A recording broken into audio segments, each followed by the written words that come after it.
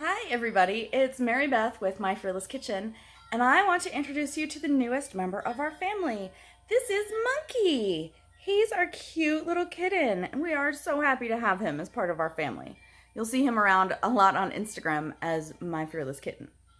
In today's newsletter, I have got some awesome breakfast casserole recipes for you. I've got one that's packed with bacon and cheese. I've got another one that uses pork and is made in your slow cooker. How awesome is that for a busy morning?